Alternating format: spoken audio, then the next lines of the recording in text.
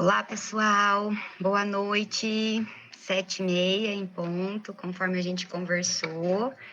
Quero agradecer a participação de todos os alunos que estão aí. Como vocês já puderem acompanhar ali no chat, hoje eu acredito que a gente vai ter um bate-papo mais que especial, né? Porque temos duas pessoas super conhecedoras do assunto que a gente vai trabalhar. Então, já adianto aos alunos que no finalzinho nós abriremos para perguntas, dúvidas. Então, gente, eu já peço aos meus alunos que explorem mesmo, né? Eu já conversei com a Janilda. Então, assim, se tiverem dúvidas sobre aleitamento materno, que é um tema tão importante, vamos aproveitar esse momento, que eu tenho certeza que vai ser muito enriquecedor. Quero dar as boas-vindas à Janilda, agradecer já que atendeu prontamente ao meu convite, né? Estou imensamente feliz depois de um tempo, né, Janilda, sem nos vermos, né? E mesmo que via áudio, via remoto, mas é muito bom conversar com você, e eu acompanho o seu trabalho há um bom tempo já, e confesso que sou sua fã número um mesmo, do trabalho que você desenvolve. Na verdade, desde a época da faculdade. Janilda sempre foi uma pessoa muito especial, extremamente esforçada e super, super, super dedicada à nutrição, né?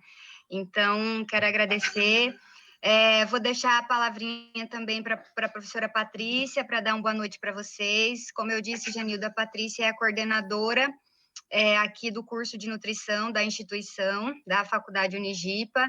Não sei se a nossa coordenadora pedagógica ainda está presente, mas a Rosângela Falqueto também estava até agora há pouco na sala. Quero agradecer a participação dela também. Paty, quer falar um pouquinho? Que aí eu já passo para a Genilda.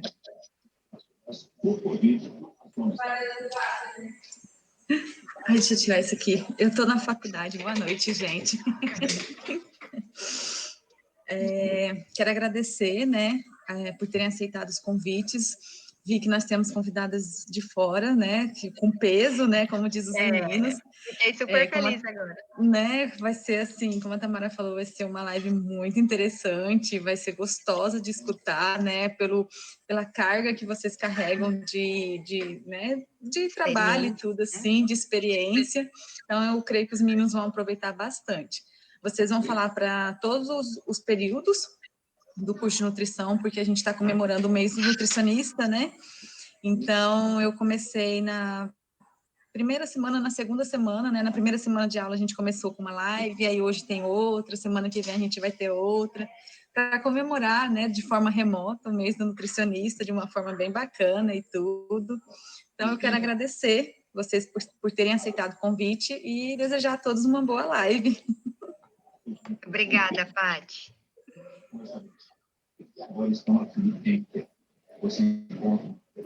Janilda? Oi, abri aqui o microfone. Tá aí, Janilda? Tá me ouvindo? Oi? Tá me ouvindo? Bem baixinho. Baixinho? Ai, Jesus. Espera aí que eu acho que eu já... Melhorou? Melhorou um pouquinho. Pessoal, vocês estão ouvindo a Janilda?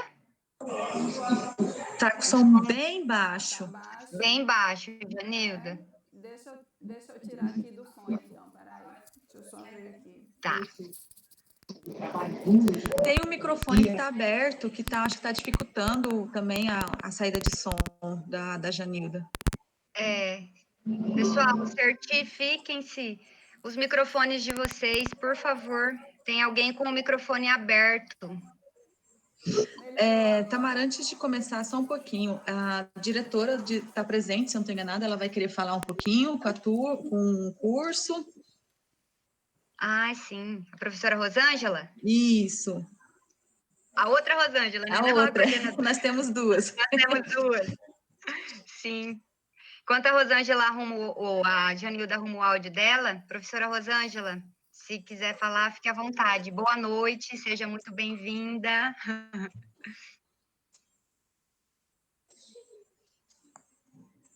Tamara, é a professora Rosângela Falqueta. Eu acredito que a diretora acabou caindo aqui, porque na internet tem isso, né? Ah, Estou procurando sim, aqui, não estou acredito. encontrando nesse momento.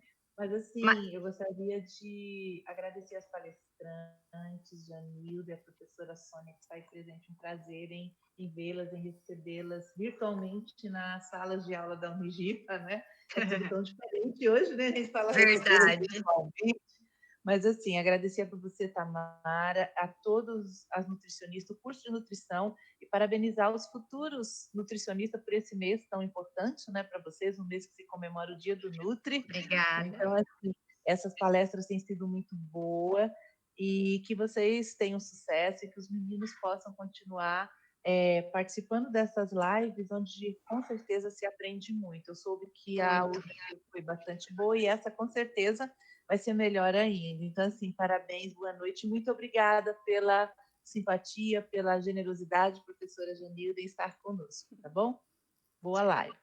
Obrigada, professora. Conseguiu, Janilda? Vamos testar agora, melhorou? Melhorou? Melhorou. Melhorou? Deu uma melhorada. Deu uma melhorada? É que ela fala baixinho, gente. A voz dela não é igual a minha, estrondosa, não. É que a Janilda já fala baixinho mesmo. Se quiser, eu tento aqui sem esse fone. Eu estava tentando aqui para ver se dá certo. Mas tá ouvindo bem? Se tiver, eu A tiro. professora Luana está falando aqui para você segurar o fio. É o fio, Luana? No rumo da boca, um negócio Aqui, assim. assim? Isso, o fio. Ai, Isso. caiu aqui. Deixa eu testar. Melhorou. Deixa eu testar sem esse Melhorou, negócio. já. Melhorou agora? Ah, agora tá 100%. Ah, Ficou pronto. bem melhor. Tirei. Obrigada, Luana. Às vezes acessório atrapalha. É verdade. Verdade. Boa noite, gente. Boa noite. Noite. Muito feliz por estar com vocês essa noite. E agradeço, Nós que agradecemos, Janilda. agradeço o convite da minha amiga Nutri Tamara. Muitos anos sem nos ver. Muitos. Não é? Uns 11 anos mais ou menos, né? Uns 12 por aí. Por aí. Né? A gente vai estar fazendo 12 de formada, né? Isso, Foi, exato. Eu não tô te vendo aqui na câmera. Como é esse negócio aqui? Não. Ai, Janilda, você perguntou para a pessoa errada, porque eu também não tô te vendo. Eu procurei você aqui e não lhe achei. Mas eu tô te escutando, e que importa. Eu falei, bom, eu não vou falar nada, porque eu sou a melhor pessoa, né? Então, mas enfim. Eu queria muito te ver também, mas eu não sei como é que mexe nesse negócio aqui. Deixa eu ver Eu aqui. acho que deve ser... Alunos, alguém me ajuda? Como é que eu faço? Em cima. Aonde, ô Luana? Na minha fotinha? Tem tipo uma chave. Liberar. Ah, agora sim! Ah, agora eu tô te vendo. Tô vendo Agora a eu não tô Sônia vendo também. você. Eu continuo não vendo. Ó, no chat do lado tem uma fotinha. Você clica em cima da sua fotinha, quando você clicar em cima, vai aparecer tipo uma chavinha de ponta cabeça. Você clica nela, aí aparece. Aqui? Apareci não.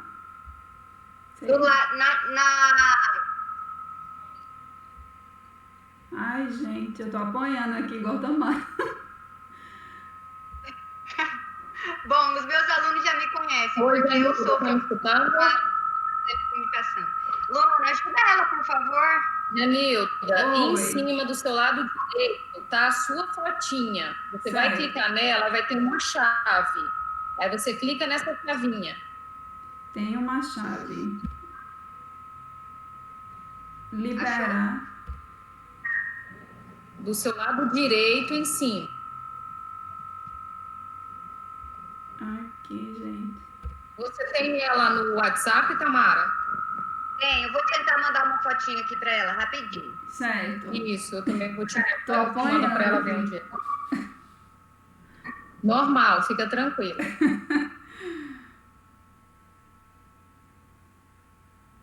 Só um pouquinho. Certo. Deixa eu ajeitar aqui, tirar uma foto, eu já te mando. Certo.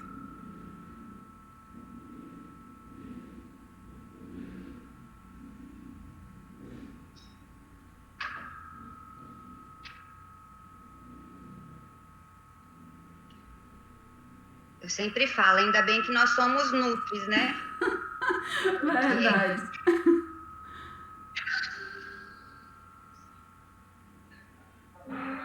Veja se você recebeu, Janilda. Acabei de Recebi. te mandar. É, aqui Mas eu mesmo melhorei que eu- muito depois. É onde tá uns quadradinhos, é? Do lado. Na chave, é tipo uma chavinha aqui. Não sei se é um sininho de ponta cabeça.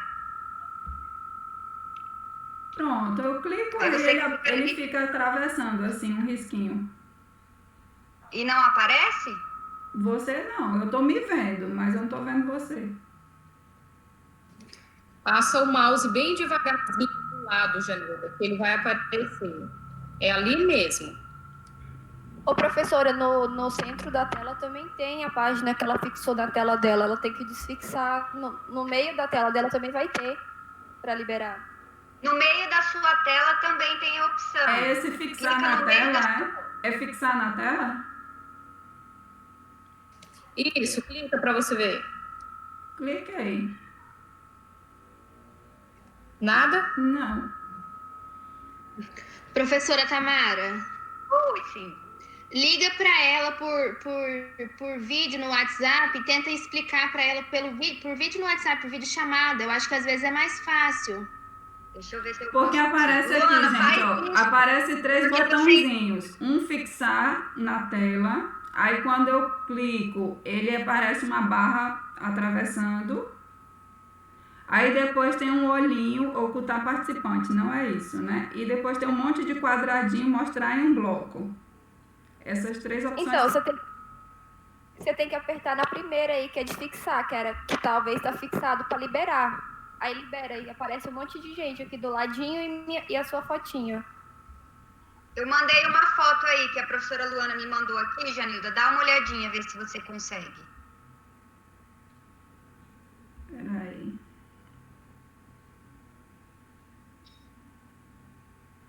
É, nesse que eu tô clicando mesmo. Aí não aparece. Bom, vamos lá, porque senão a gente perde muito tempo nesse negócio aqui. Sim. Vamos embora. Certo, vamos lá então. Os alunos estão conseguindo ver a Janilda, gente? Vocês podem deixar de lado, que não tem problema não.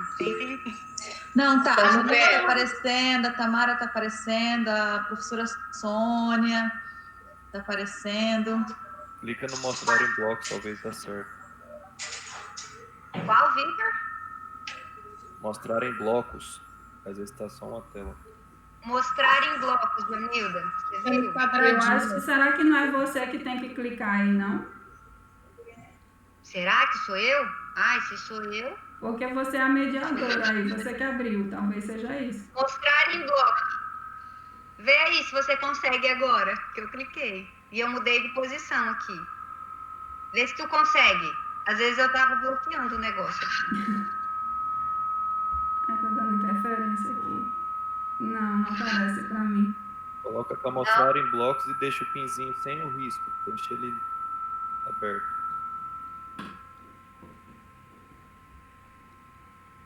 Sem o risco, liberar. Não vai. É melhor a gente começar. Não. É, Pronto, então vamos a gente começar. perde tempo. O importante é que eles estão te vendo, Danilo.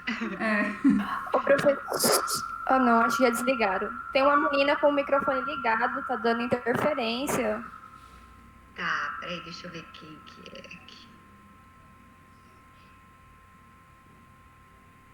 Deixa eu ver.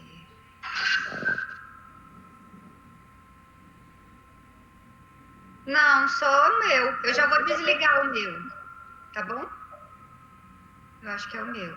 E da Luana também tá ligado, Joana. Luana, depois você desliga. Bom, pessoal, então vamos começar, que a gente já passou 15 minutinhos, né? Então eu vou só falar um pouquinho e vou deixar o resto com a Janilda. Jonilda, gente, formou comigo. Hoje ela é especialista em aleitamento materno, como vocês puderam ver aí no chat já. Ela é uma referência, não só para mim, mas eu tenho certeza que para vários profissionais que atuam na área materno-infantil. Eu me considero novinha ainda da área de materno-infantil, porque eu atuo materno-infantil mesmo há 2 anos e pouquinho, mas com criança já tem um tempinho maior, 5 a 6 anos. Uma área que eu me apaixonei muito, Janilda, e é uma área que eu pretendo atuar cada vez mais. Hoje eu atuo no CREAME aqui, que é um centro de referência materno-infantil que atende crianças e gestantes de alto risco. Então, eu não tenho contato com banco de leite, como você tem, tudo maternidade. Nós não temos um banco de leite aqui de Paraná, só temos em Porto Velho. Mas eu trabalho bastante com incentivo ao aleitamento materno, pego muitas mães que vêm para mim, né, de bebês que recebem alta da UTI, recebem acompanhamento, enfim. Esse é um pouquinho do meu trabalho. Então, pessoal, o que eu combinei com a Janilda? Eu quero que ela fale um pouquinho da experiência dela, porque é fantástica, do trabalho que ela desenvolve. Eu falei para ela que eu não abro mão, que ela fale um pouquinho disso. Pedi para ela conversar um pouquinho com a gente do cenário atual sobre aleitamento materno, né? Quais são as expectativas, por que amamentar, o que a gente deve priorizar, né? Se os índices cresceram, o que falta ainda, né? Como vocês, futuros profissionais da saúde, o quanto que a gente ainda tem que percorrer esse caminho, incentivar o aleitamento materno.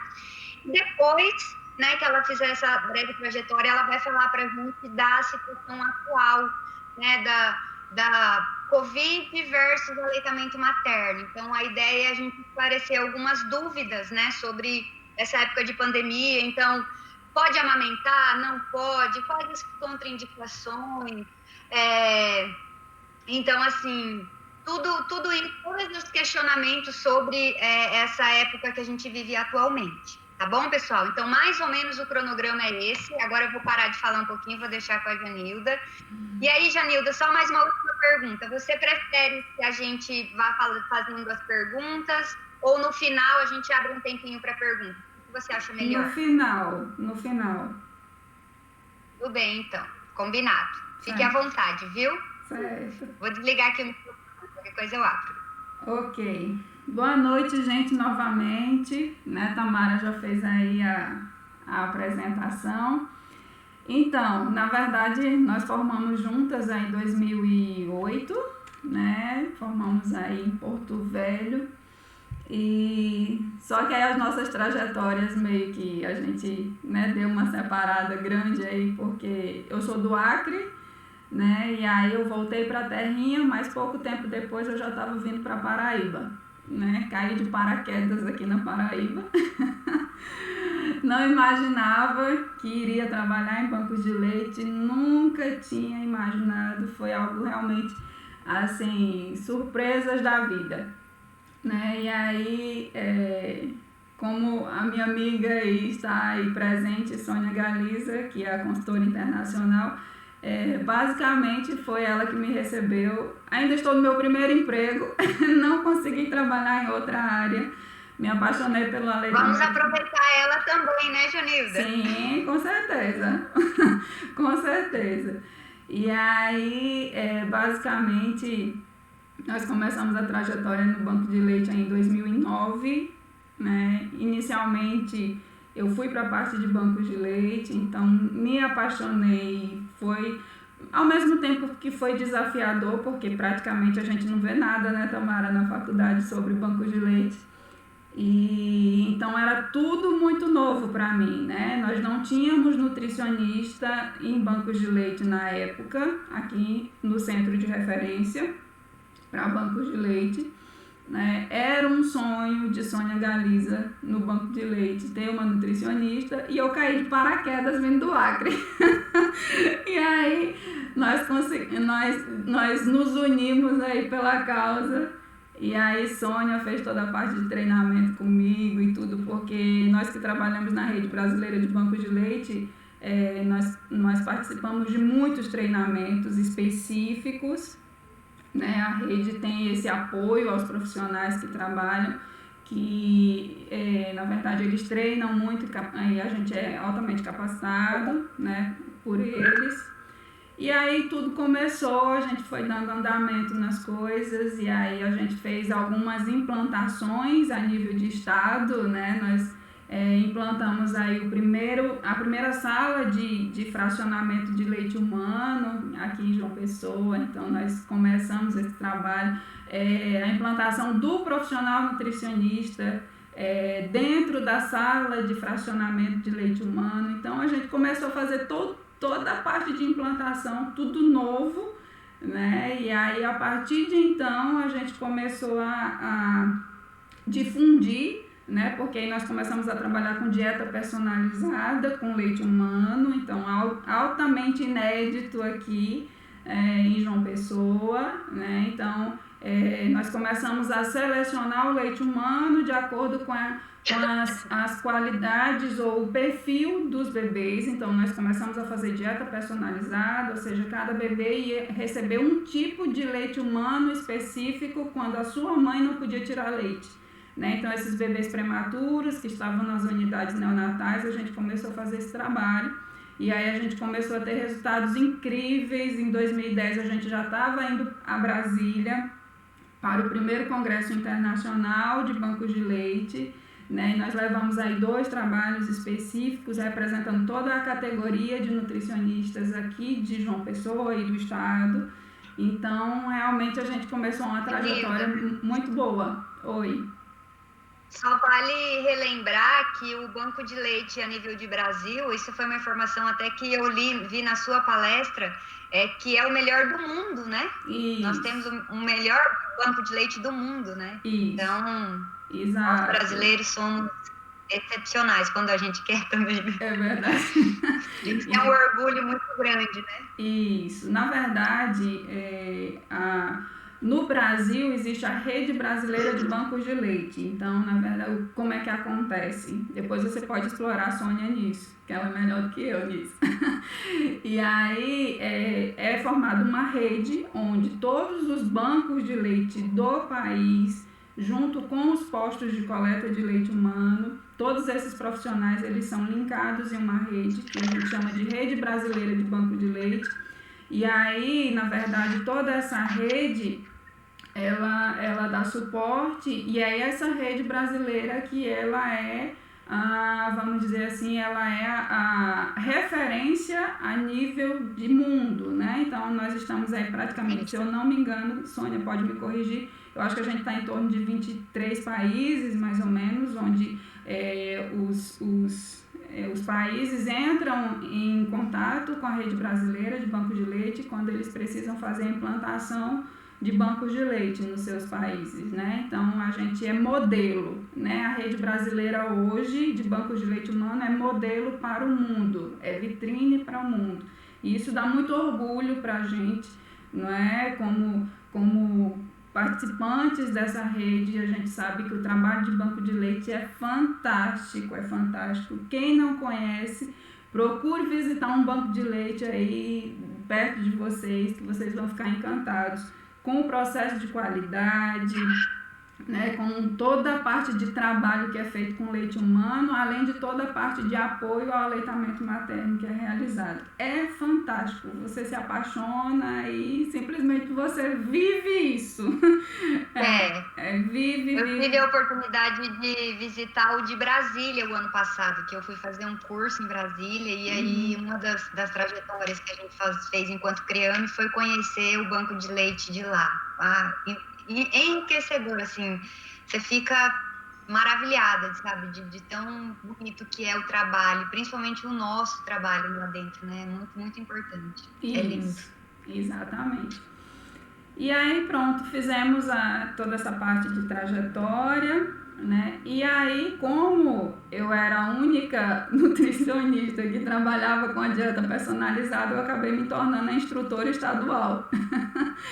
E aí, praticamente, todas as implantações, tanto de postos de coleta de leite humano, quanto em salas de fracionamento de leite humano, todos esses profissionais, eles precisam passar por capacitações e a equipe do centro de referência que faz essa parte de treinamento. E aí, quando eu estava no centro de referência, né, nós estávamos com essa parte de treinamento, enfim.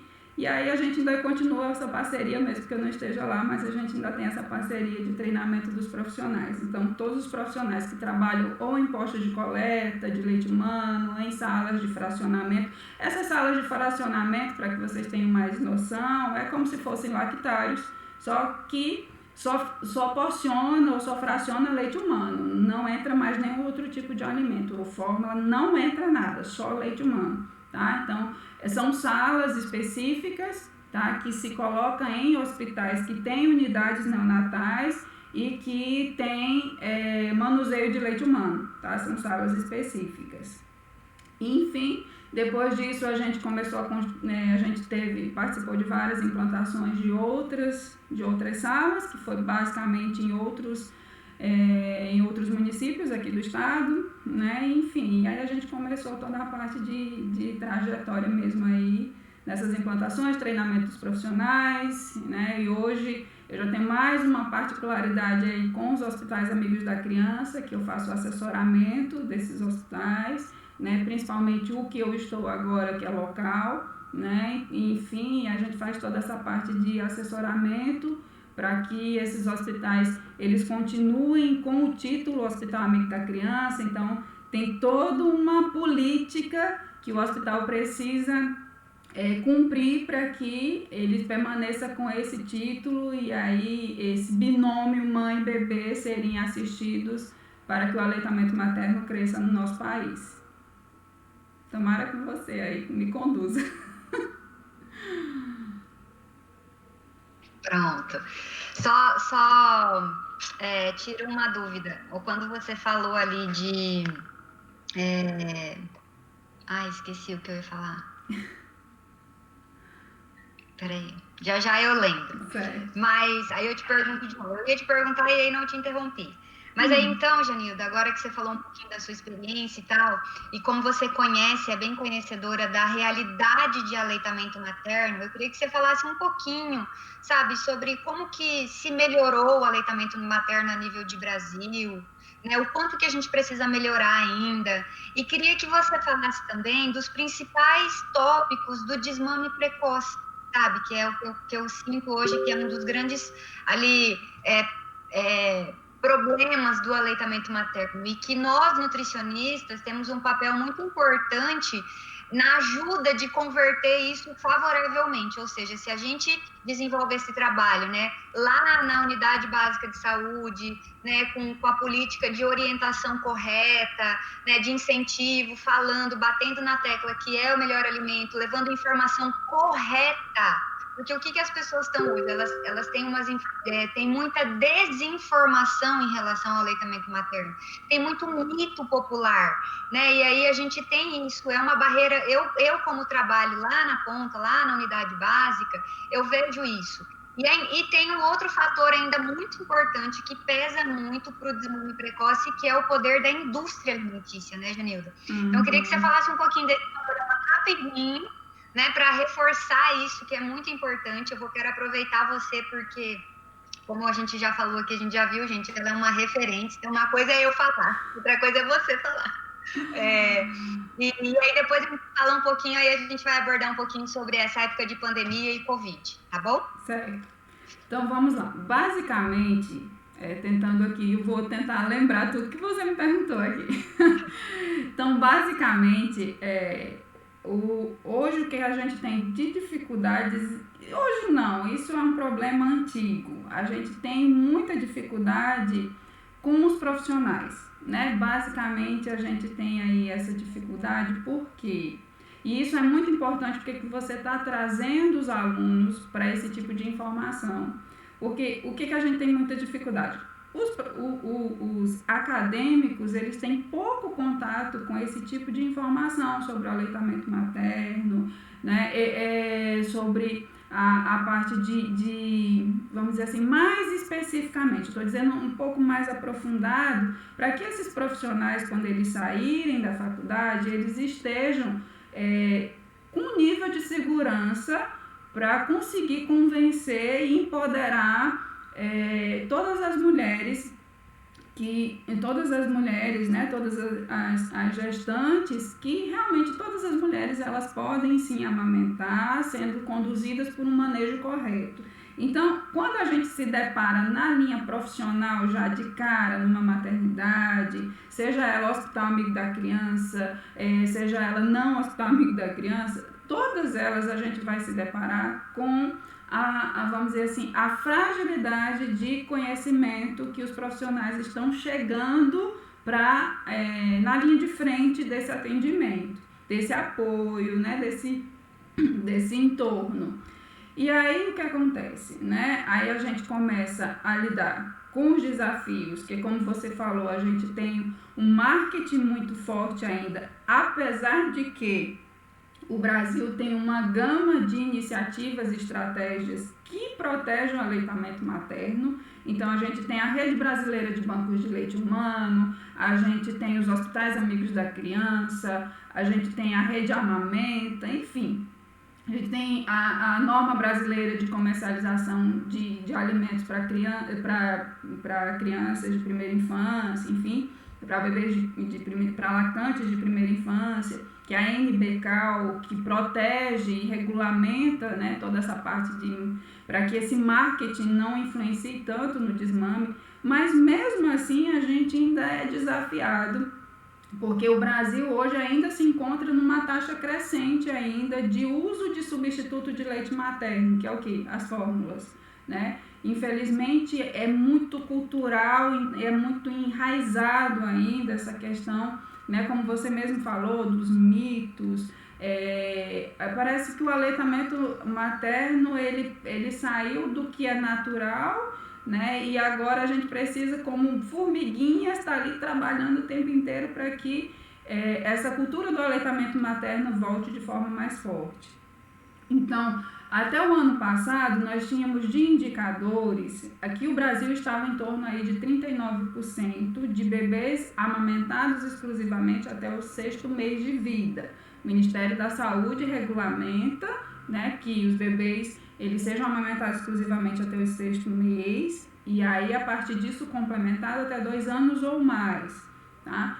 E aí a gente tinha esse percentual de 39%, muito baixo, tá? Como indicador muito baixo ainda, e isso indica que a gente ainda tem que percorrer uma grande jornada. Então, a gente tem países que estão com 71% de aleitamento materno exclusivo até o 6º mês. Então, para você ter noção aí de como é baixo ainda. E aí, o ENANI, que é um órgão que prestou um levantamento para ver os indicadores atuais no Brasil. Então, na verdade, eles encontraram que como indicador, aí o Brasil foi para 45%. Lembra que eu disse que até o ano passado, basicamente, se eu não me engano, uns 10 anos esse indicador permaneceu de 39%, e aí o Brasil entra para 45%. Nós temos como meta no Brasil, até 2025, a gente chegar a 50%, tá? Então, esses 5% aí que falta ainda é muita jornada e muita água para rolar ainda para a gente chegar nesses 5% até 2025, tá? E aí a gente tem essa longa caminhada pela frente. Então, a gente tem esses indicadores ainda. Pode falar. Eu imagino que a jornada é longa.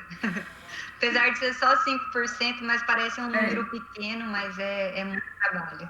Porque a gente tem verdadeiros gigantes do desmame precoce, porque a gente começa desde a maternidade, tá? A gente, na verdade, começa desde o pré-natal, porque a maioria das unidades básicas, quando você vai notar uma mãe, quando você vai, sei lá, questionar ou entrevistar uma mãe, uma gestante, basicamente ela chega aí, porque quando a gente tem um monitoramento online aqui na Paraíba, a gente faz isso dos Hospitais Amigos da Criança. Então, a gente faz esse levantamento no nosso pré-natal. E aí o que acontece? Basicamente, a gente tem aí, quando a gente vai fazer o levantamento, a mulher já passou por por 6, 7, Claro. 8 consultas e ninguém falou nada de aleitamento materno para ela. Não. E aí essa É uma mulher realidade aqui também, Jamila. é cultural. Infelizmente. E aí eu costumo dizer que a gente opera milagres dentro das maternidades, porque essa mulher ela vai cair de paraquedas no hospital. Se ela cair no hospital amigo da criança, menos mal, né? Porque aí a gente ainda vai ter como resgatar um pouco. Mas se essa mulher cair no hospital que não é amigo da criança, o desmame precoce vai acontecer na primeira hora de vida. Infelizmente, não é? Porque hospitais amigos Eu recebo aqui, só para você ter uma ideia dessa questão de orientação, como eu atendo crianças de alto risco, às vezes a gente recebe bebês recém-nascidos que vêm com o diagnóstico de não estar ganhando o peso adequado, tipo 25 dias, 30 dias e tal. E aí ele já vem para avaliação com o pediatra, porque a mãe já quer inserir a fórmula ou já inseriu a fórmula por conta mesmo. E aí quando você conversa com essa mãe sobre a pega desse bebê, sobre a forma, né, da parte da produção do leite, do esgotamento da mama, tudo, ela fala, não, ninguém me falou nada. E quando você corrige isso, você fala, mãe, é o seguinte, a gente vai corrigir isso e isso, você vai voltar com 15 dias e a gente vai avaliar se o seu bebê ganha peso. E aí, simples assim, né? Parece coisa de outro mundo, né? O bebê não ganhando peso, as mães se desesperam. E são informações simples, mas que fazem toda a diferença para manter o aleitamento materno, né? E é igual você falou, um dos maiores problemas realmente são os profissionais, né? Porque a gente precisa ter segurança disso. Todo mundo sabe que recomenda-se o aleitamento materno até o 6º mês, exclusivo. Mas tem gente que ainda está na área da saúde e fala exclusivo, mas é com água ou sem água, né? Tem vários enfermeiros, profissionais que me perguntam. Então, assim, por aí, é igual você falou, não tem essa segurança, né? E é muito importante a gente bater nessa tecla, né? Então, eu acho que vale muito a pena. Por isso que estar aqui hoje debatendo esse assunto, eu tenho alunos que já viram, né? Já tiveram a disciplina de materno infantil comigo, tem alunos que estão vendo e tem alunos que não viram ainda. E a Unigip, ela tem um propósito, assim, de todo semestre, né? É uma coisa, o objetivo que a gente trabalha, a metodologia que a gente trabalha na instituição, Genilda, é justamente pensando nessa reforço, sabe, das informações, né, repetitivos, para que esse profissional saia no mercado de trabalho seguro, para que ele não espere, né, igual a gente, ter que ir aprender, né, pegar a experiência para depois, né, realmente ter segurança daquilo que faz. Então, isso é um diferencial das universidades hoje, né, é bater nessa tecla, é super importante.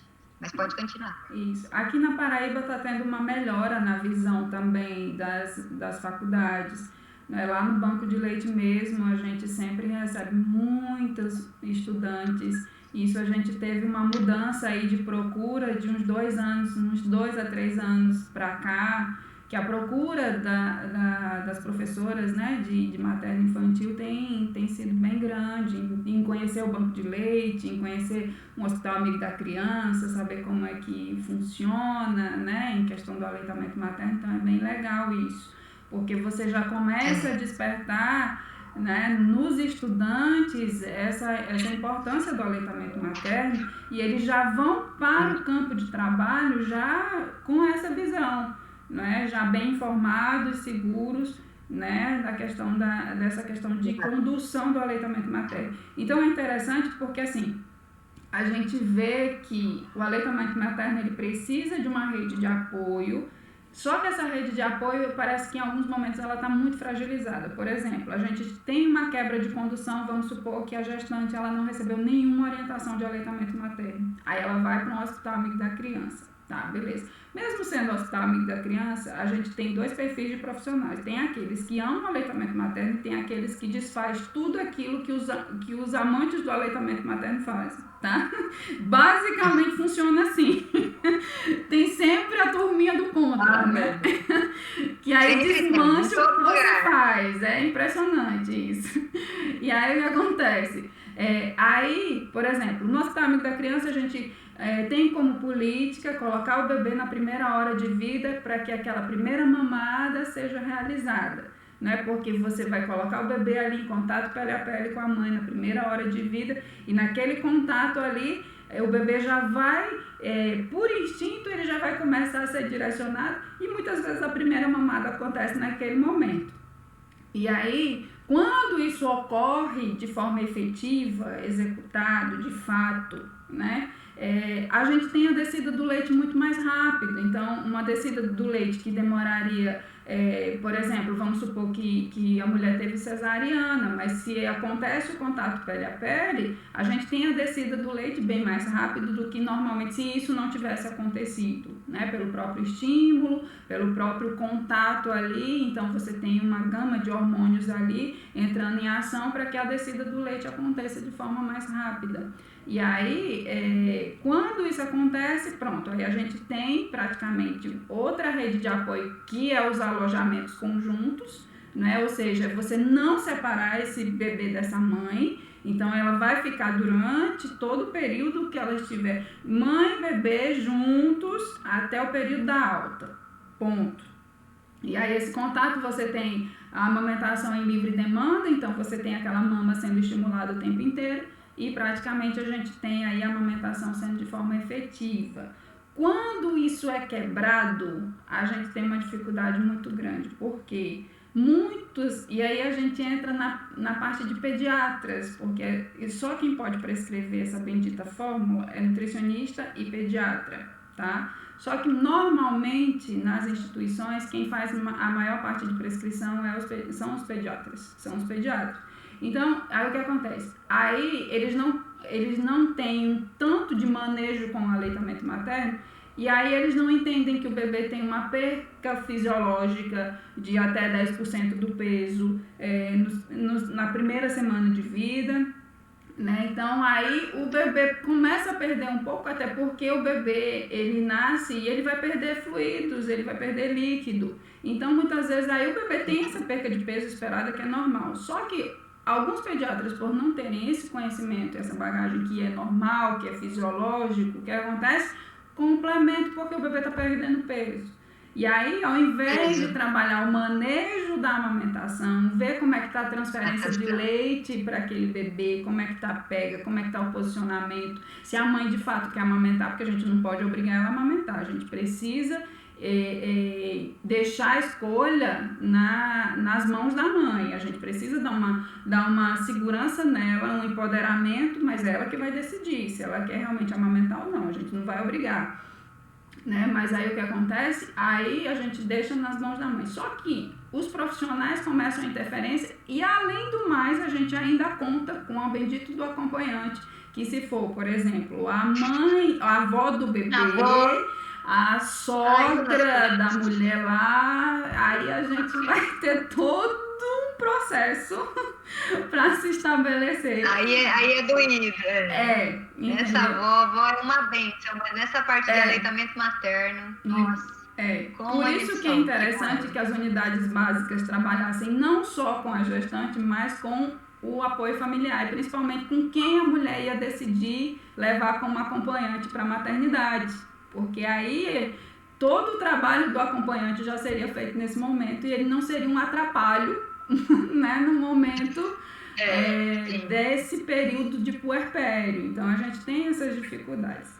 E aí o que acontece? Pronto, quando você tem uma equipe que funciona com a cabeça de aleitamento materno, você tem essa mulher chegando no alojamento conjunto, ela sendo empoderada a amamentar, ela sendo ensinada como fazer o estímulo, ela sendo ensinada a reconhecer quando o bebê está pegando bem, né? Ela sendo ensinada, por exemplo, a retirar o leite dela, caso na pós-alta ela tenha alguma intercorrência, ou seja, ela tem uma descida de leite muito vamos dizer assim, muito grandiosa, né, muito forte. Então a questão dela saber fazer esse manejo em casa, até para prevenir problemas de mama, por exemplo, como um engurgitamento, um ducto bloqueado, enfim, tudo isso acontece dentro do alojamento conjunto quando uma equipe funciona com a mentalidade do manejo do aleitamento materno.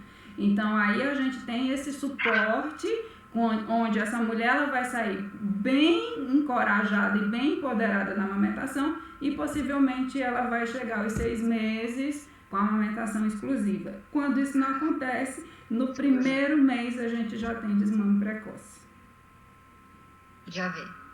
Começa com aquela coisa, eu tô dando só de noite, e aí vai, no terceiro, quarto mês já tem o desmame total. Aí a pessoa, a mãe, né, já olha e chega e fala assim, meu leite secou. E aí quando você tenta explicar para essa mãe que a produção de leite está relacionada com a sucção, é muito difícil fazer elas entenderem isso, que a fórmula atrapalha a produção de leite. Né? E a gente tem outro ponto crítico, Tamara, que é justamente na primeira semana, na verdade, pós-alta, quando a primeira visita ao pediatra. Dependendo do bendito pediatra que ela vai, a gente já vai ter o desmame precoce aí. Entende? Já. Porque aí... Infelizmente, aqui a grande maioria é assim. Porque aí no pós-alta já sai daquele entorno da equipe que fez todo o apoio. E aí o que acontece? Simplesmente os pediatras, o bebê não ganhou peso suficiente, ou normalmente, às vezes, não é porque ele não ganha suficiente, às vezes a curva dele está ascendente, mas ele tem um ritmo mais lento, por exemplo. Então, o que tem que analisar? Se a mamada está efetiva, se está havendo transferência de leite efetiva, né? Se o bebê está pegando bem, se aquela mama não está fissurada, se a mulher está conseguindo posicionar bem o bebê, se o bebê está com as eliminações em ordem, como a questão de evacuação, de urese, está tudo ok. Entende? Só que aí eles olham só para o bendito do peso de forma isolada. Isso. E aí o que acontece? O peso não ganhou como a expectativa do profissional, né? E aí já entra com um complemento aí, e aí o negócio pegou, porque aí a mulher já entra com chupeta, a mulher já entra com a maldita da mamadeira, aí lá vem confusão de bico, o menino não pega mais o peito, e aí pronto, a mamadeira vai reinar aí. E aí, nesse quesito, né, Janilda, infelizmente a gente tem que falar uma realidade que é doído para nós profissionais nutricionistas, mas nessa guerra entre médico prescreve fórmula e nutricionista incentiva o aleitamento materno, a gente ainda acaba perdendo, porque a voz do pediatra, infelizmente, nessa hora, ainda é maior, né? O médico é o médico, né? Infelizmente, esse é o lado ruim, mas que eu acredito que a gente consegue reverter isso, né? Porque tem muitos pediatras hoje, não dá para generalizar, claro que nós não estamos generalizando, a gente está falando da maioria. Tem muitos pediatras hoje que trabalham em parceria com a nutricionista, com a equipe multiprofissional, e aí quando o pediatra tem essa visão, aí facilita muito o nosso trabalho, porque o simples fato dele falar assim, com a nutricionista, acabou, a gente ganha o paciente, porque daí ela disse, ao invés de ela dizer assim, o pediatra prescreveu a fórmula, ele diz assim, olha, o pediatra mandou vir aqui, é você que vai resolver meu problema. Aí o que ela vai fazer? O que a gente orientar, ela vai tentar seguir. Exato. Só que se eles não fizerem isso, infelizmente a gente acaba perdendo essas crianças. Né? Esse é o lado ruim ainda, né? Mas a gente consegue reverter isso. Eu acredito também, eu sou bem esperançosa, igual você. Eu também sou. Sou bastante esperançosa. Então, Janilda, quando você falou de banco de leite, uma dúvida que eu tenho é porque, por exemplo, como eu citei para você, aqui em Paraná nós não temos o banco de leite. E um dos pré-requisitos para que se tenha banco de leite em um município é que a maternidade tenha UTI ou não necessariamente? UTI NEL. UTI NEL? Eu acho que você pode puxar isso de Sônia. Você pode puxar isso de Sônia. Pode explorar ela. Guarda essa perguntinha para ela. Guarda essa perguntinha para ela. Eu quero que ela dê uma falinha aqui para vocês. Tranquilo. Mas aí, então, essa é a realidade que a gente tem, né, de aleitamento, as dificuldades, né, da amamentação, como a Janilda colocou, né, a gente tem ainda muitos empecilhos, mas que, né, estamos crescendo aí de 39% para 45%, nossa meta, Mas e aí a gente, né, se depara em 2020 com uma pandemia que ninguém sabe de nada, não sabe para que lado que vai, né? A gente não sabe nem a medicação que toma.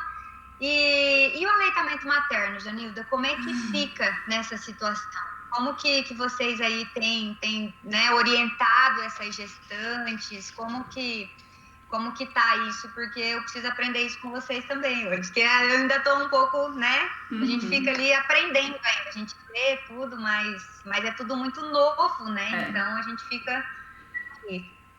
Diga aí então pra gente a realidade. Na verdade, além de tudo que você já falou de mim, eu também sou monitor online da política de hospital amigo da criança.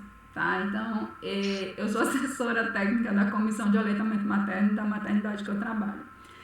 E aí o que acontece? Fomos extremamente desafiados, porque, né, se a gente já tinha a gente já era desafiado antes da bendita pandemia, dentro da pandemia foi realmente, como você mesmo disse, foi algo, sabe, desafiador. E aí ninguém sabia de nada, e aí a gente tinha a galerinha, vamos suspender o aleitamento materno, outra turminha que, peraí, como é que vai ser isso? E a gente não tinha base, e aí começou todo o processo. Foi muito importante o Ministério da Saúde, porque lançou inúmeras notas técnicas, né? Aí desde o período aí de março, a gente já começou a ter inúmeras notas técnicas. Então a gente teve a nota técnica 7, a 9, a 5, a 8, a 10, a 12, enfim, a gente teve inúmeras notas técnicas. E essas notas técnicas, Janildas, elas estão disponíveis no site? Onde que a gente encontra? Sim. Se você entrar no portal de boas práticas da Fiocruz, você vai encontrar tudo lá. Portal de boas práticas da Fiocruz e IFF, tá? Você vai encontrar tudo lá, tá? Todas as notas técnicas, o que sai de atualização, cartilha, tá tudo lá. É um site maravilhoso de pesquisa. E aí, basicamente, a gente começou todo o processo de construção, né, de protocolos, porque nós somos hospitais amigos da criança, nossa maternidade, e a gente se tornou a gente se tornou a referência para a Covid. E aí eu disse, meu Deus, agora o desafio pegou. E aí, amamenta, não amamenta, como é que vai ficar o contato pele a pele, como é que vai ser alojamento conjunto, e aí como é que fazemos? E aí, Sônia até botou aí nos comentários, viu? Eu acabei de ver aqui que ela postou. Eu fiz já. Pronto. E aí, o que acontece? Basicamente, nós tivemos toda essa parte de montagem, baseado nas notas técnicas, e aí foi quando, para minha surpresa, eu acabei sendo presenteada pelo CRN 6, que é o nosso CRN daqui, do Nordeste. E aí o CRN me fez um convite que eu... Caramba, o CRN me fez um convite, olha, elabora uma cartilha de aleitamento materno que a gente vai publicar no site, para o Nordeste todo. Eu disse, uau! E aí vamos lá elaborar, né, essa bendita cartilha, e aí realmente foi quando a gente organizou tudo, porque a gente trabalhou o Hospital Amigo da Criança, quando ele se torna referência para a Covid-19. Então, toda a política de aleitamento materno, ela foi adaptada, não é? Ela foi adaptada, então, de acordo com as notas técnicas que estavam saindo.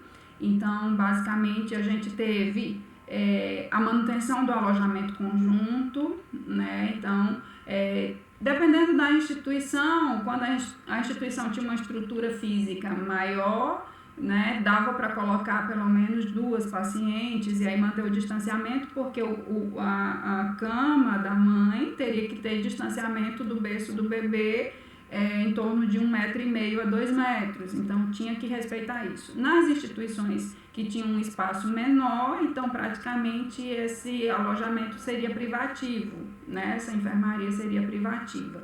Nós começamos com uma enfermaria privativa e já agora a gente passou por um momento de mudança de local, mas até o momento a gente estava com as enfermarias privativas. Então, manutenção do acompanhante, que é super importante, mas aí a gente teve uma mudança na escolha desse acompanhante, porque ele tinha que ter critérios, né? Então, não foi suspenso, né? Não foi suspenso o acompanhante, mas esse acompanhante passaria por uma triagem e teria critérios. Ele não poderia estar no grupo de risco, ele tinha que ser de 18 a 59 anos, ele teria que ser único, não poderia haver trocas de acompanhante, né? Então, permaneceria tranquilamente. Ele não poderia ter sintomas, nada, né? Nem ter tido contato com mulheres confirmadas, né? Ou pessoas confirmadas com Covid. E aí permaneceu o acompanhante.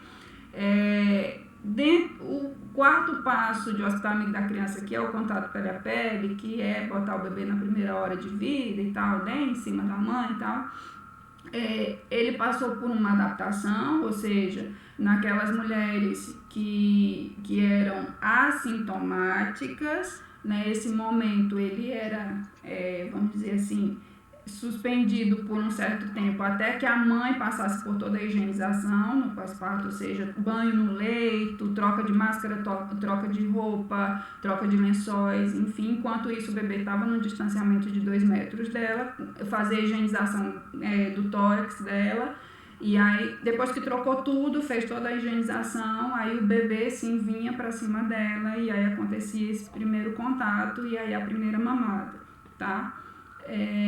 Basicamente nas assintomáticas. O Ministério suspendeu das mulheres sintomáticas, ou seja, mulher sintomática não aconteceria essa primeira contato de imediato, tá? Então, Mas e a amamentação depois?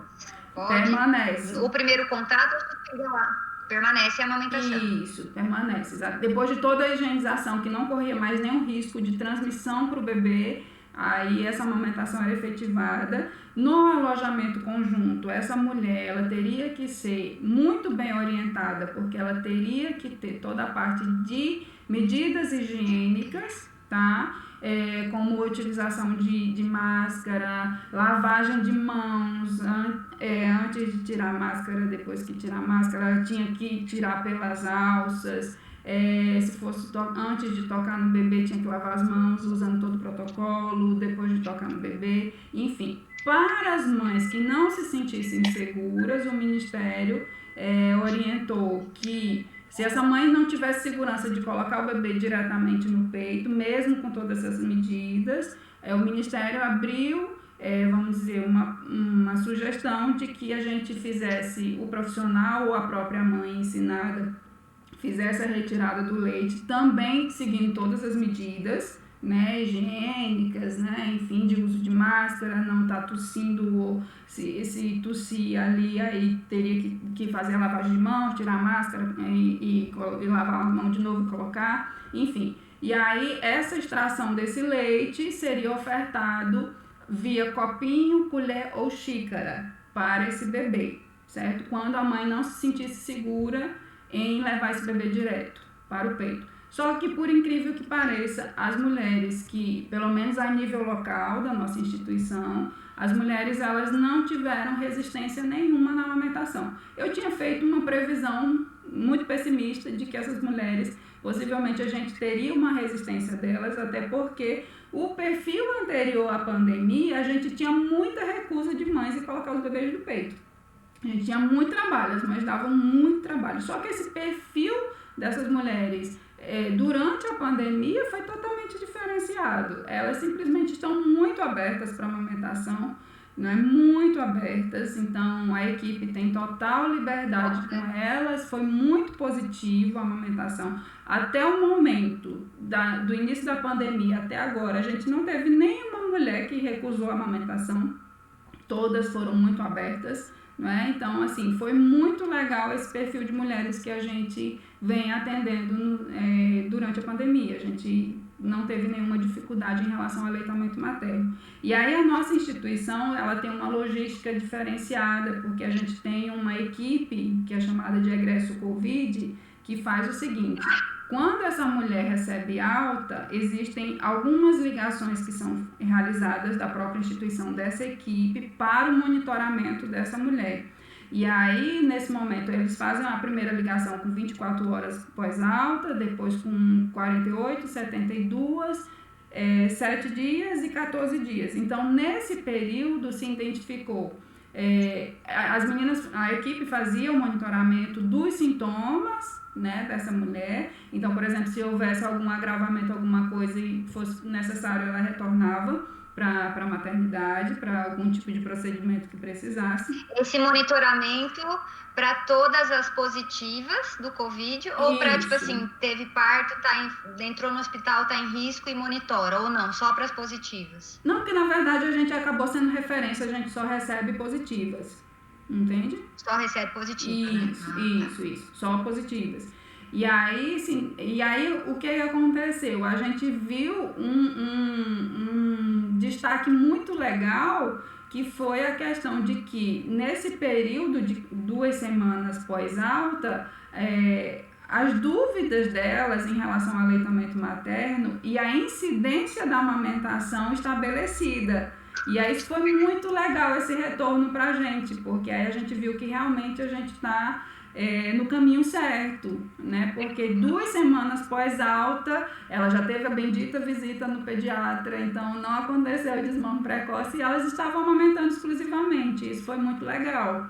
Isso foi bem legal para a gente como retorno. E, por exemplo, as mães que estavam com excesso de leite, com excedente de leite, né? Então, por exemplo, elas não podem ser doadoras no período de 14 dias, mas o que acontece? As meninas, a equipe orientava a questão da retirada desse leite para que não houvesse uma evolução aí para algum problema, né? Questão de problemas da mama, como ductos bloqueados, engurgitamento, enfim, as meninas a equipe faz essa intervenção. E aí a gente não tinha nenhum tipo de problema, a amamentação continuava, e aí a gente tem esse monitoramento até a 2ª semana, que é, no caso, 14 dias, né? Mas aí a gente viu que, de fato, até o 14º dia, essas mães estavam amamentando sem nenhuma resistência, estava tudo correndo bem, bebê bem, mãe bem, então estava tudo em ordem. Graças a Deus a gente teve essa logística. Vocês pegaram algumas com sintomas graves, por exemplo, e isso interferiu de alguma forma? Na verdade, assim, só quando evolui para um nível muito grave, por exemplo, quando precisa entubar, né? Mas até o momento que ela agrava um pouco, mas ela ainda está em condição, mesmo que separe do bebê, vamos supor, às vezes ela ia para UTI materna, né? Ou então o bebê ficava no alojamento enquanto ela precisava de uma assistência na UTI materna. E aí, nesse momento, por exemplo, a nossa equipe de apoio, que é o do posto de coleta, ia até a UTI materna, fazia a retirada do leite, e aí a gente oferecia o leite da própria mãe para o bebê. Até porque a gente entende que vários estudos já dão base para isso, que essas mães positivadas, o leite delas contém os anticorpos, né, para a Covid, e aí esses anticorpos aí, tanto IgA, IgG, que é a imunoglobulina de memória, passa pelo leite materno. Então, esses bebês que recebem o leite materno, eles já estão... Eles fossem imunizados? Isso, exatamente. E mesmo aqueles, por exemplo, que chegassem a ser contaminados, não pelo leite materno, porque não tem evidência nenhuma que se transmite mais, sei lá, a nível hospitalar mesmo, enfim, que eles chegassem a confirmar, já vários estudos dizem que esses bebês continuam sendo amamentados, mesmo que eles confirmem, eles não agravam, justamente por causa da potencialidade do leite humano, das substâncias do leite humano. Das imunoglobulinas. Aí praticamente eles não evoluem para casos graves por causa do aleitamento materno. Ótimo. Resumindo, então, mantém-se o aleitamento materno, incentiva-se o aleitamento materno, né? O leite materno, como a Janilda acabou de colocar, ele produz as imunoglobulinas, né? Então, praticamente imuniza esse bebê, ou se não imuniza, se ele vir a pegar Covid, né? Vai ser um sintoma menos grave, né? Então, né, falando de uma forma generalizada aqui, né, e fechando, né, com o nosso tema, que seria, né, qual a dúvida, amamentar ou não amamentar em tempos de Covid? Então, se essa mãe tiver positiva, pessoal, a gente mantém o aleitamento materno, sem sombra de dúvidas, estimula isso, né? Que se porventura esse bebê for contaminado, ainda assim será melhor ele estar em aleitamento materno. Certo, Janilda? Isso. E aí tem outro ponto importante que eu vou até trazer para vocês, que, na verdade, esse estudo não foi publicado ainda. O que é que fizeram? Quiseram analisar, porque assim, fizeram vários estudos e aí identificou que pela amamentação, pela transmissão do leite, não aconteceria, pela amamentação não transferia corona, né? Não transmitia o coronavírus. E aí também quiseram dar base científica para a extração de leite. Então, se a mulher, pegaram 7 mulheres pós-parto, né, no primeiro momento aí, e orientaram ela todas as medidas de extração de leite, então uso de máscara, lavagem de mãos, o vidro esterilizado, enfim. E aí elas mesmas fizeram a extração desse leite e o que acontece, esses colostros eles foram analisados e dentro desses colostros não foi encontrado o coronavírus, né? Então, isso é bem legal porque a gente tem tanto embasamento que não se transmite da amamentação para o bebê e nem da extração de leite para o bebê. Né? A gente tem esse estudo aí, que na verdade nem foi publicado ainda, ele é de julho, ainda vai ser publicado, e aí dá total segurança também que pela extração de leite, né? Então se a mulher quiser oferecer o leite dela via extração de leite, copinho, colher, né? Enfim, e aí é interessante que a gente teve algumas dificuldades porque alguns profissionais sem embasamento técnico dentro das instituições, eles queriam estabelecer mamadeira, tá? Vamos balancear aqui e tal, então custo-benefício, então com medo de contaminar o bebê, simplesmente queriam introduzir mamadeira. E aí a nota de alerta da Sociedade de Pediatria foi muito específica em maio, que foi lançado, e aí vem dizendo especificamente, porque todas as notas técnicas vinham apenas assim, via administração por meio, né, de colher, copinho ou xícara. E aí nessa nota de alerta eles trouxeram especificamente, repetiram a primeira frase e eles disseram, não se recomenda a utilização de mamadeira, porque muitos profissionais estavam utilizando essa brecha para estarem introduzindo mamadeiras nas instituições e aí acabando com o aleitamento materno, né? Entrando aí pesado aí dentro da instituição. E aí as notas técnicas e a nota de alerta da pediatria, que foi a última que saiu em maio, já traz o respaldo. Olha, não se recomenda a utilização de mamadeira. Porque quando você coloca a mamadeira, o bebê desaprende a mamar. E aí a condução do aleitamento materno vai ser muito dificultoso quando você introduz qualquer outra coisa.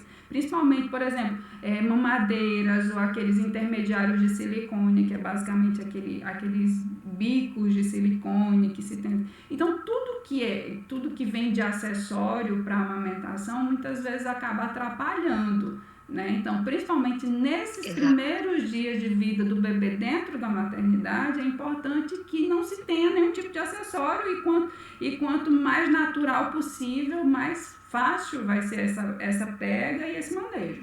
Né? Porque a gente precisa lembrar que os bebês, eles não sabem sugar, né? A gente vai ter que ensinar eles, né? E aí a gente tem o lado lindo da amamentação, que é aquela coisa que o bebê grudou no peito e vai mamar. E às vezes uma das primeiras frustrações das mães são justamente essas, né? Que o bebê não pega certo, ele tem dificuldade, ele joga a cabecinha para trás. E aí a gente precisa ensinar, né, orientar essa mãe que isso é normal, que o bebê ele vai aprender a sugar. E que sugar dá trabalho, exige força do bebê, né? Exige dedicação dele. Quando você coloca uma mamadeira na boca do bebê, é muito mais fácil, sai muito fácil. Então, ele é muito inteligente, né? Então, se você colocar a mamadeira, ele vai entender. E ele nunca mais ele pega peito, dificulta mais. Exato. Então, esse é um dos grandes problemas da mamadeira, né? Que a gente precisa alertar. E, normalmente, no chá de fralda, chá de bebês, eu não conheço uma gestante que não ganhou um kit de mamadeira. Quando eu estava grávida, eu ganhei um caríssimo, por sinal. Nunca usei. Nem para água. Né? Na época, a pessoa que me deu ficou chateada. Eu falei, ai, me desculpe. Mas, fazer o quê? Mas, enfim, é uma coisa desnecessária, né? Aí, mas é isso. A gente precisa reorientar. Mais algum posicionamento, Nilda, sobre o Covid, sobre alguma informação importante, né? Você já falou tudo aí, acho que foi bem esclarecedor, né? O que a gente mais tinha dúvida, pelo menos eu, né? Tinha algumas dúvidas e esclareceu totalmente. Posso abrir para o pessoal? Quer fazer mais alguma colocação? Lembra da pergunta e chama a Sônia aí. Sim, eu perguntei. Eu tenho 2 perguntas, né? Eu vou perguntar as minhas logo, que eu vou aproveitar que eu não tô boba. E bota aí depois ela aí. A pergunta que eu tinha feito, Sônia, você tá aí? O seu fone. Agora sim. Eu tinha perguntado quais eram os pré-requisitos para que se tenha um banco de leite no município, porque a nossa cidade aqui, ela tem em média 120, 130 mil habitantes e nós não temos banco de leite. Quando eu fui pesquisar, eu não lembro exatamente quem me passou essa informação, mas eu tenho isso na minha cabeça que teria que ter um pré-requisito de que tivesse UTI na cidade para que se tivesse um banco de leite. Isso procede ou não? Quais são os pré-requisitos do banco de leite no município? Certo. Bem, primeiro eu quero dar boa noite a todos e realmente você é muito esclarecedora essa palestra, Janilda, você cada vez mais, você está se superando, realmente parabéns, gostei demais. Trabalho com ela, mas não me canso de escutar. Quando ela fala de aleitamento materno, a gente sente aquele carinho, aquela dedicação toda, no que se refere a isso. Bem, Tamara, sobre essa questão de pré-requisito, a primeira, levando em consideração que o banco de leite, ele ser utilizado, aquele leite, não para aqueles bebês que podem ser amamentados. Então, o banco de leite vai ser principalmente para aqueles bebês que estão em condições que não podem ser amamentados. Possivelmente em bebês que têm UTI, ou em mãe canguru, cinca, ou qualquer tipo, qualquer setor cujo bebê não pode ser diretamente ao peito da mãe, certo? Então, por isso seria uma justificativa, certo? Porque a gente tem que ver para onde é que vai o nosso leite, qual é o nosso receptor. E o nosso receptor é aqueles bebês que não podem receber diretamente da mãe. Então, onde esses bebês estão? Não estão em alojamento conjunto. Ou estão em UCINCA, ou em mãe canguru, ou em UTI. Mais ou menos aquilo que você falou, isso aí tem algum, realmente existe essa situação. O banco de leite, ele tem que estar vinculado a um serviço materno-infantil. Isso pode ser maternidade ou pode ser um hospital infantil, desde que tenha essa situação. Aí a gente pode também pensar o seguinte, preciso colocar um banco de leite? Você pode pensar em posto de coleta. Porque desde que você realmente queira trabalhar o aleitamento materno, você vê que aí na sua cidade tem um grande contingente de mães que desejam fazer essa doação. Existe próximo à sua cidade um banco de leite que você poderia estar transferindo esse leite coletado no seu posto de coleta para esse banco de leite. quer dizer, se vocês conseguirem fazer essa transferência, certo? Então, isso é o que a gente trabalha na questão desse incentivo. Porque 75% das ações de banco de leite humano e de posto de coleta, no caso, assim, no geral, de banco de leite humano principalmente, está ligada à assistencial. E qual é essa assistencial? O apoio, proteção, incentivo ao aleitamento materno. Antigamente, antes de 1985, o banco de leite era apenas visto como um serviço que coletava, processava e distribuía o leite humano. Hoje em dia, a gente já vê o banco de leite como um serviço que protege o aleitamento materno. Então, existem várias maneiras que você pode estar usando essa questão do aleitamento materno, não só para o processamento, para a coleta, mas também para esse incentivo. Eu não sei se eu consegui explicar para vocês.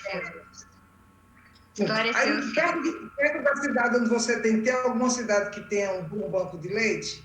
O mais próximo é Porto Velho, fica a 480 quilômetros daqui.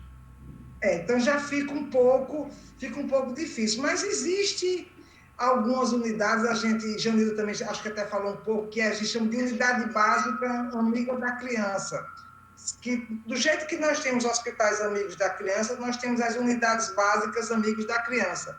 E nessas unidades básicas se faz um trabalho justamente de continuação do que se fez dentro do hospital. A questão do incentivo ao aleitamento materno. Desde que você está incentivando o aleitamento materno, você com certeza está diminuindo o índice de mortalidade infantil. Sem dúvida.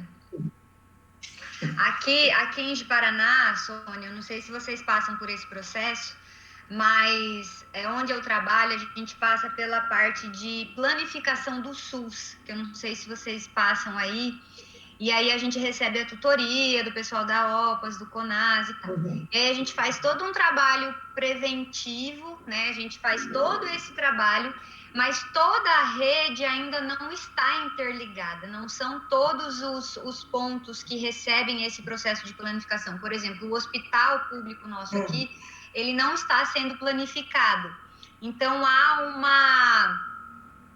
uma mudança de condutas, entendeu? Então, a gente trabalha o pré, faz tudo bonitinho, e aí o ideal seria o quê? Que lá no hospital isso fosse dado continuidade desse trabalho. Aí, às vezes chega no hospital, tem essa quebra de continuidade no trabalho, porque lá ainda não está no processo da planificação, porque tem abordagem diferente, condutas diferentes, e que não ao incentivo ao aleitamento, entre outros. Mas eu acredito que quando a gente passar, né, toda a rede passar por esse processo de planificação, isso vai melhorar muito, porque daí a gente começa lá na unidade básica, tem unidades básicas sendo planificadas, passa pela gente, aí quando chega na maternidade é a continuidade do processo, aí funciona muito bem, né, mas aqui ainda não é uma realidade. E agora, com essa pandemia, paralisou tudo, aí está paralisado os processos de planificação. Mas é isso. Mas, assim, eu sempre aconselho, né, que essa questão de aleitamento materno, isso é um trabalho muito de formiguinha.